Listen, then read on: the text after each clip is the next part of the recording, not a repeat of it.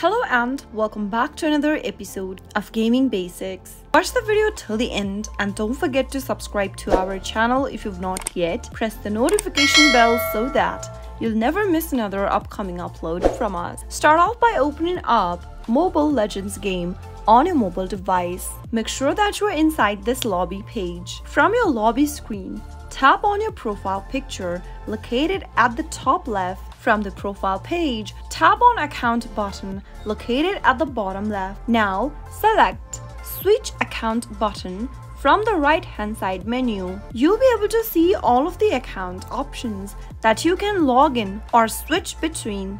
You can select between Moontown account, Game Center, Facebook account, TikTok account, your VK account, or with your Apple account. Go ahead and select any account you'd like to change to. In my case, I'm gonna select the sign in with Apple option. Simply tap on it and continue through the login process. Once you are logged in, you'll be able to change your account and log into Mobile Legends if you have multiple accounts associated with Mobile Legends. That is how you can easily change your account or switch your account in Mobile Legends. I hope the tutorial was helpful to you. If it was, go ahead and give us a thumbs up. I'll soon be back with more videos like this. Thanks for watching.